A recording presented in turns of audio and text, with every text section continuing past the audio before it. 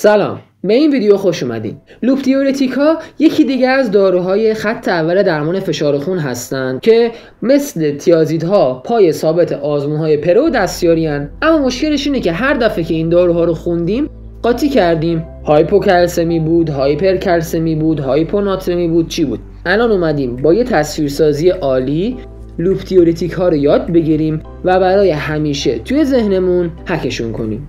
بی معطلی بریم سراغ تصویر. همونطور که میبینید در مرکز تصویر تایر ماشین یا لاستیک ماشین داریم که نماد لوپ دیورتیک هان. زیر این تایر ماشین 3 دونه موز میبینیم و اون طرف یه بطری شیر میبینیم. خب همونطور که میشه حدس زد، بطری شیر نماد کلسیوم و اون موز نماد پتاسیمه. هر دو چون زیر تایر ماشینن میخوایم بگیم لوپ دیورتیک ها هایپوکلسمی و هایپوکالمی میدن.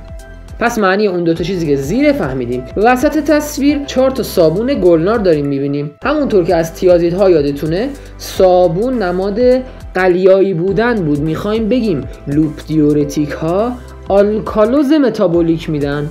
معنی صابون ها رو هم فهمیدیم. اما یه انگشت شست خوشگل وسط تصویر داریم. چی میخوایم بگیم؟ اصلا اون انگشت شست شما رو یاد چی میندازه؟ مشخصه، نقرس. میخوایم بگیم این داروها چون هایپر اوریسمی میدن، در کسانی که نقرس دارن باید با احتیاط تجویز بشن. پس این داروها هایپر اوریسمی هم میدن. اما یه نمک دوباره روی تایره.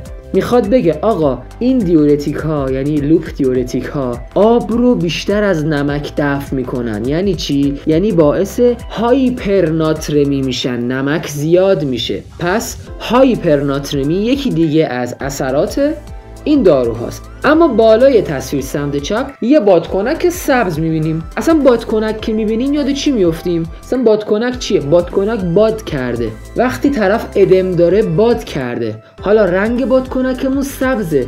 یعنی چی؟ میخوایم بگیم اگر کسی ادم داشت، اگر کسی باد کرده بود، این داروها داروهای خوبی هستن. چراغ سبز نشون دادیم. پس لوپ دیورتیک ها در کسی که ادم داره داروهای خوب و به درد بخوری هستن. و نهایتاً بالای تصویر سمت راست یه کلیه برش خورده میبینیم که رنگش سبزه. کلیه برش خورده یعنی نارسایی کلیه، یعنی کراتینین بالای 2.5. میخوایم بگیم این داروها برخلاف تیازیدها در نارسایی کلیه داروهای خیلی خوبی هستند.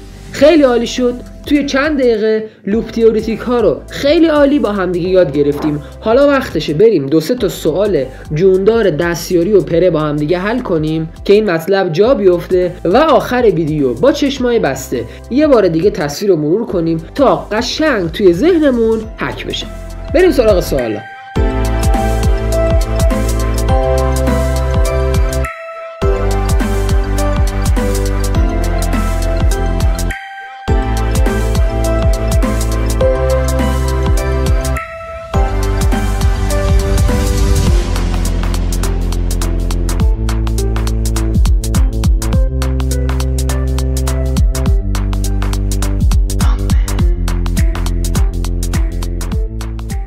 حالا وقتشه چشماتون رو ببندین، به صدای من گوش بدین و تصویر رو توی ذهنتون بکشین. اینطوری قشنگ مطلب توی ذهنتون ثبت میشه. خب در مرکز تصویر یک تایر داشتیم که نماد لوپ دیورتیک هست.